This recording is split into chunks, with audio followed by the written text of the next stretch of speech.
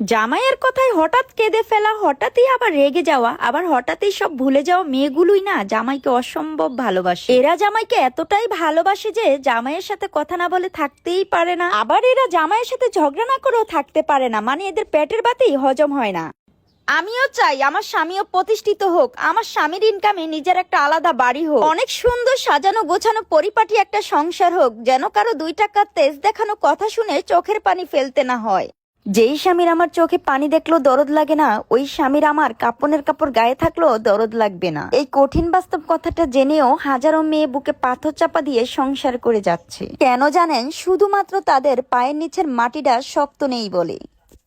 এক আপু লিখেছেন, বিয়ের পরে আমি আমার সতীত্ব ধরে রাখার পরও আমার স্বামী আমাকে ডিভোর্স দিয়ে দিল, আমার হয়ে থাকলো না, পরকিয়া করলো বউ বাচ্চা রেখে। অথচ আমাকে ডিভোর্স দিয়ে যেই মেয়েকে বিয়ে করেছে, যেই মেয়েকে এখন যত্নে রাখতেছে, যেই মেয়েকে খুব সুখে রাখতেছে, সেই মেয়ে 12 পুরুষের ব্যবহার করা জিনিস। আসলেই আপনারা পুরুষরা কি চান বলেন তো? সতী নারী নাকি অসতী নষ্টা নারী?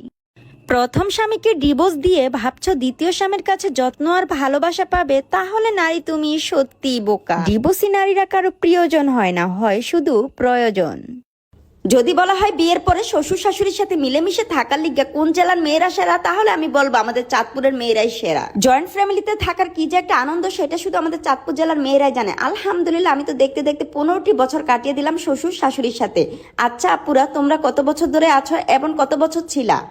আমি এই উক্তিটির প্রেমে পড়ে গেছি, কারণ আমি যে এটার সাথে একদম মিশ্রিত আছি। 10 জনের ভিতর 9 জনই তোমার জন্য সাগর পাড়ি দিতে রাজি থাকবে, কিন্তু তুমি ডুবে যাবে ওই একজনের মায়ায় যে তোমার জন্য পানিতে পাও ভিজাতেও রাজি না। কথাটা ঠিক বলছি কিনা ভাই ও বোনেরা?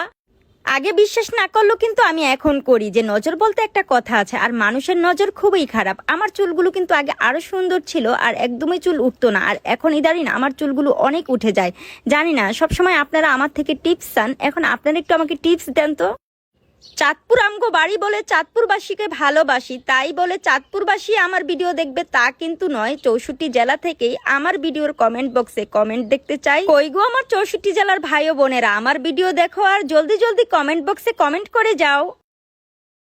চাঁদপুর জেলা আমার থানা হাইমসর, আপনাদেরকে খুবই ভালোবাসি, তাই তো চাঁদপুর জেলা নিয়েই খুব বেশি ভিডিও করি। কই গো আমার চাঁদপুরের ভাই বোনেরা, কমেন্ট করে বুঝাই দাও তোমরাই আমার দেশি। তোমাদেরকে ভালো না বেশি উপায় আছে কি বলো, কারণ তোমরাই তো আমার পরমাত্মীয়। চুলের বেনি করতে আমার খুব ভালোই লাগে, কিন্তু চুলগুলো বেনি করতে গেলে আমার হাত যে ব্যথা হয়ে যায়, সেই দুঃখ আমি কাকে বুঝাবো।